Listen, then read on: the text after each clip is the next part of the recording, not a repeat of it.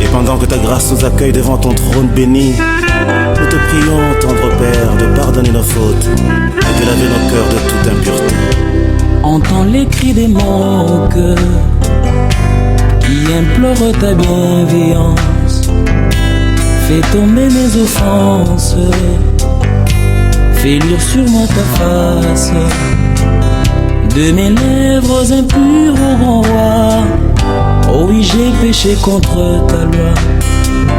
Et mes crimes et mes fautes éternelles, je peux les effacer, Seigneur. Bonjour, bienvenue dans le Seigneur.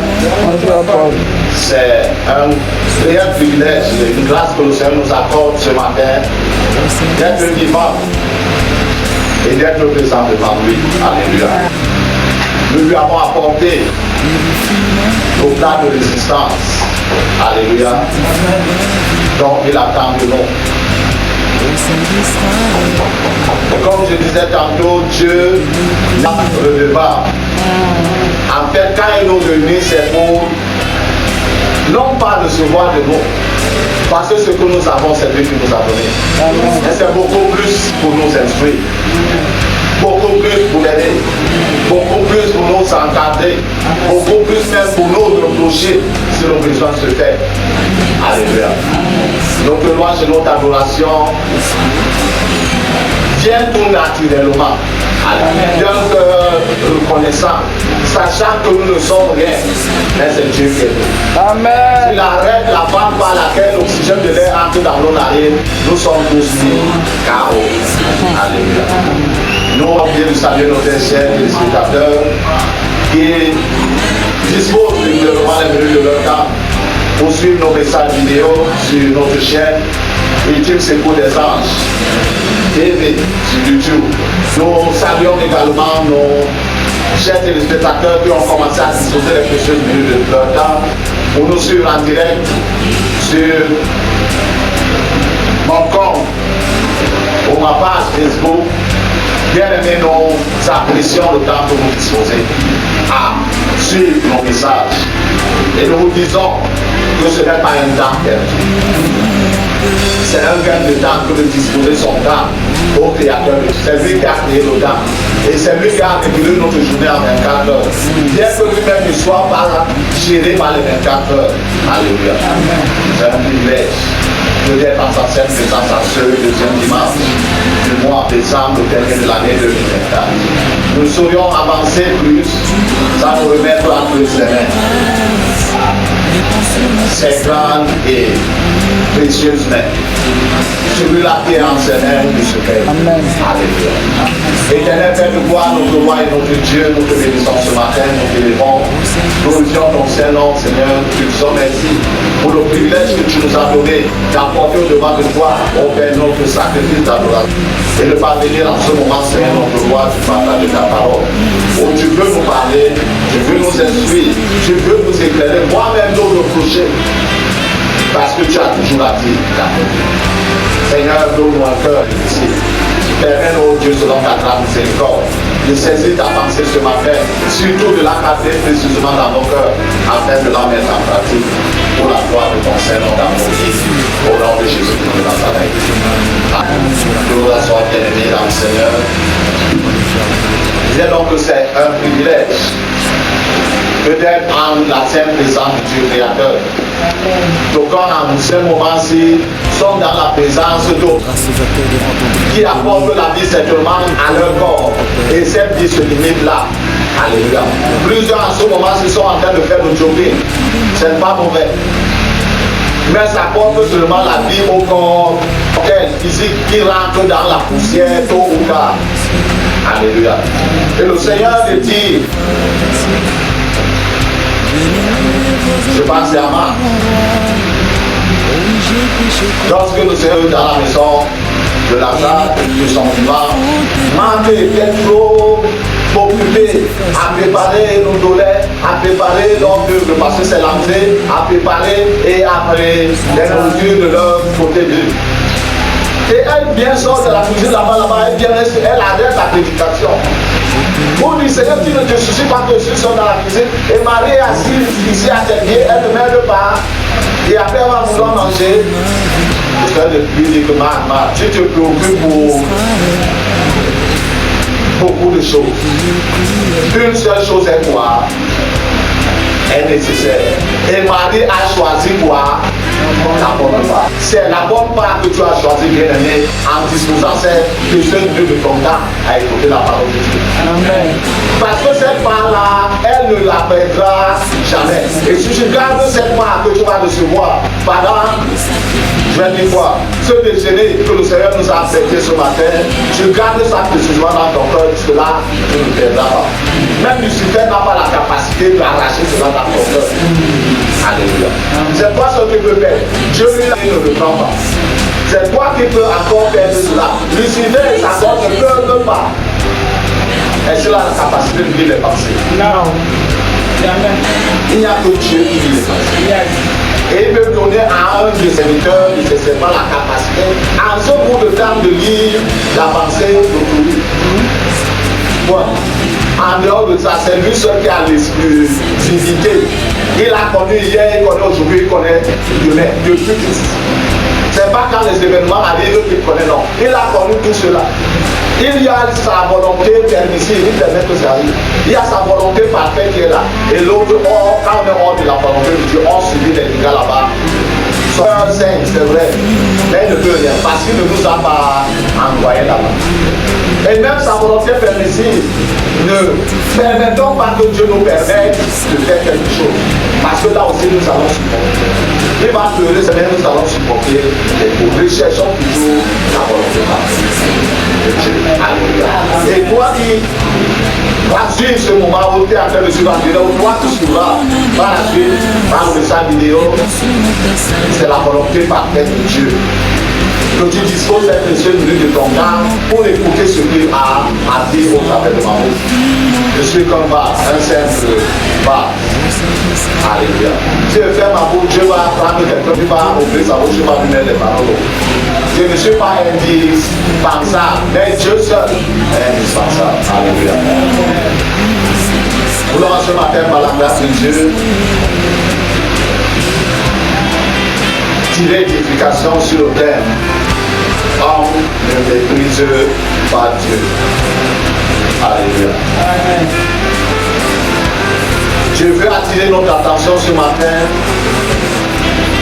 Non pas parce que nous sommes en train d'atteindre la fin d'année où nos parents vont faire le bilan et prendre les résolutions par rapport à l'année prochaine. Mais parce que nous sommes en train de toucher à la fin des temps. Amen. Alléluia. Où il y a lieu de se réajuster très rapidement, non pas par rapport à la fin de l'année. Donc quand frère font les bilans, il trouve que son bilan est trop bas, moins que zéro. Donc plus bas. Donc cette fois-ci, je vais faire comme ceci, je vais faire comme ceci, je vais faire comme ceci, je vais comme ça. En 2025 là, je serai droit comme les guides. Attendons alors 2025. Il va se retrouver encore plus bas depuis en 2024. Mais nous, les décisions ou le changement que nous devons faire, c'est par rapport à l'éternité. Amen. Et l'apôtre Paul, quand il écrivait aux Romains, quand on dit, je crois au chapitre 13, il disait la nuit est trop avancée, le jour apparaît déjà. Et ce jour dont le Seigneur a dit qu'il reviendra est plus proche de nous que lorsqu'il parlait en 2000. C'est toi qui est né en 2000, à quel âge aujourd'hui? Je dis. On t'attend pas.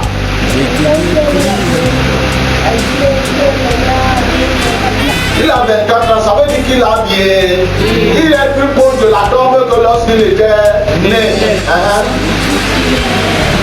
On me méprise ce parti. Alléluia. Depuis c'est quoi? C'est le manque de respect. C'est le manque de reconnaissance. C'est le manque d'honneur. C'est le rabais. Donc, on peut mépriser son prochain, non pas que c'est ça la volonté de Dieu. On peut rabaisser son prochain, on peut déshonorer son prochain, on peut même piétiner son prochain. Mais en ce qui concerne Dieu, le Dieu de la Bible, qui s'est révélé à Abraham, à Isaac et à Jacob, et qui a autant marqué, s'est révélé par son Fils, qui est sa parole, nous fait comprendre que le Dieu de l'Ancien Testament, c'est le même Dieu que dans le Nouveau Testament. Le Dieu de la Genèse, c'est le même Dieu dans l'Apocalypse. C'est pas deux dieux. Alléluia. Dans Genèse, il a fait quoi? Au temps de Noé. Le monde habité en son temps a été fait quoi? Englouti par les eaux. Et Apocalypse. Ces choses qui sont là, nous voyons, sont réservées pour le feu. Le même Dieu, c'est pas, il n'a pas changé. Nous l'avons lu dans le livre de 1 Samuel. Nous lisons plusieurs sections pour nous donner un peu la compréhension de ce sur quoi nous voulons tirer l'éducation ce matin. Le Samuel au chapitre 2, nous lisons d'abord du verset 12 au verset 17. Dans ma version des écrits, les fils d'Élie étaient pervers, ils ne connaissaient point l'Éternel. Verset 13. Et voici telle était la manière d'agir de ces sacrificateurs à l'égard du peuple. Lorsque quelqu'un offrait un fils, le serviteur du sacrificateur arrivait au moment où l'on faisait cuire la chair, tenant à la main une fourchette à 3 dents. Verset 14.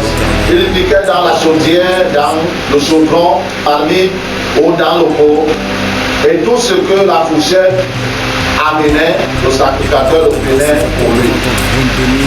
C'est ainsi qu'il agissait à l'égard de tous ceux d'Israël qui venaient à Silo. Verset 15. Même avant, comme il brûlait la graisse, le serviteur du sacrificateur arrivait et disait à celui qui offrait le sacrifice: donne pour le sacrificateur de la chair arrondie, et ne brûle pas de toi, ne se vend de toi point de chair cuite. C'est la chair, c'est de la chair crue qu'il veut. Verset 16. Et si l'homme lui disait: attends, on aura brûlé la graisse. Attends, quand on aura brûlé la graisse, tu prendras ce qui te plaira.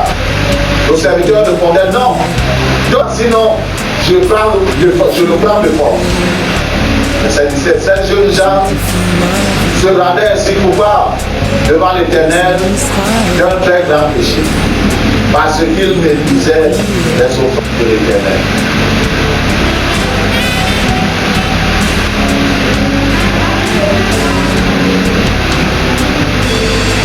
Nous poursuivons verset 22 à 25.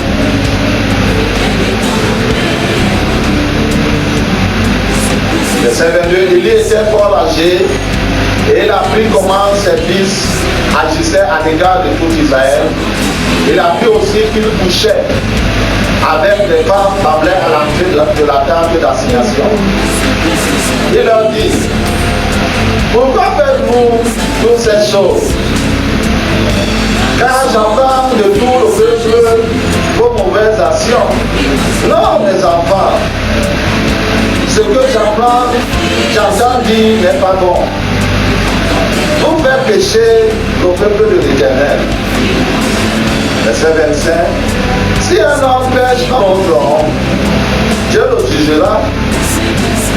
Mais s'il pêche contre Dieu, qui intercédera pour lui? Et ils ne coûtaient point la voix de leur père, car l'Éternel les fait mourir. Verset. Par la suite, verset 27 à 30.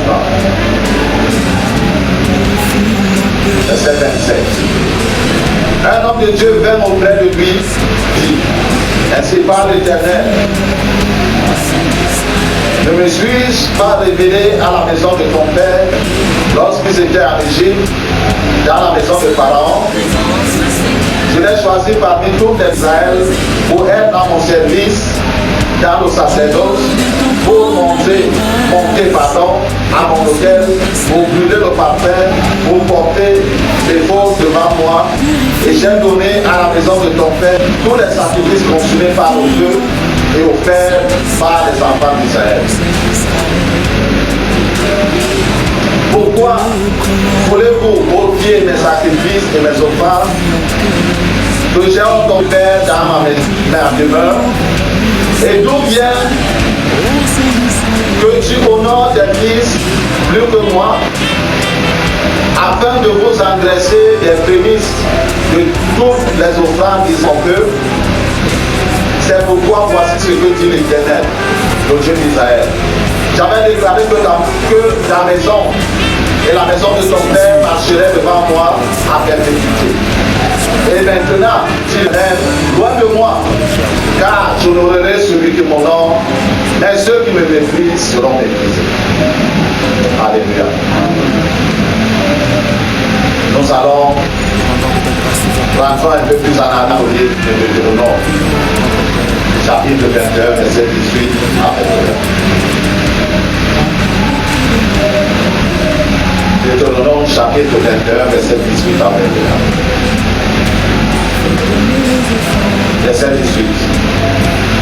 Si un homme a un fils indocile et rebelle, n'écoutant ni la voix de son père ni la voix de sa mère, et ne leur obéissant pas, même après qu'ils l'ont châtié,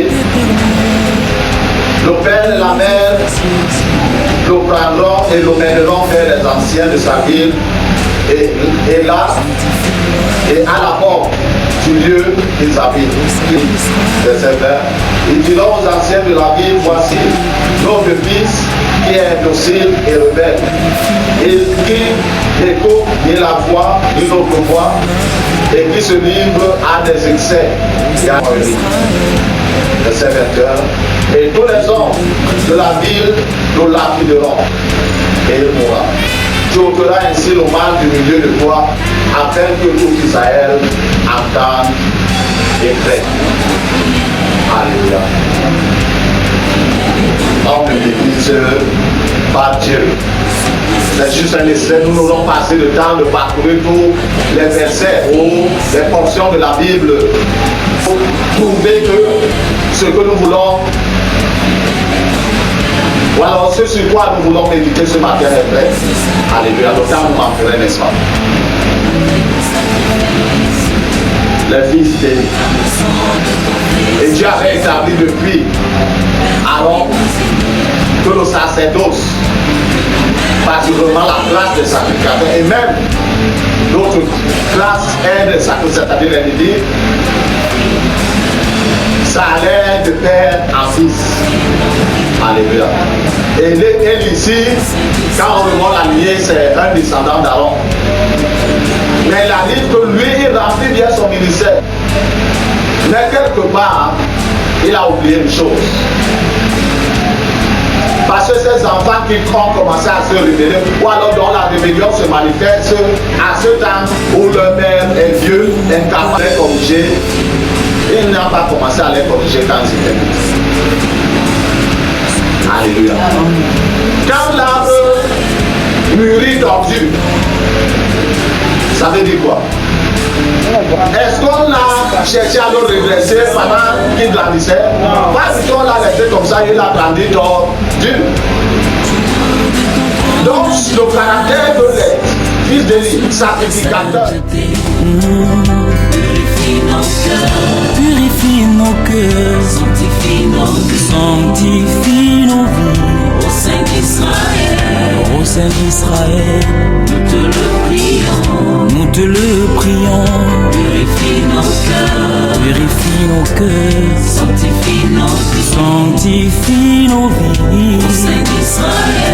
Au sein d'Israël, nous te le prions.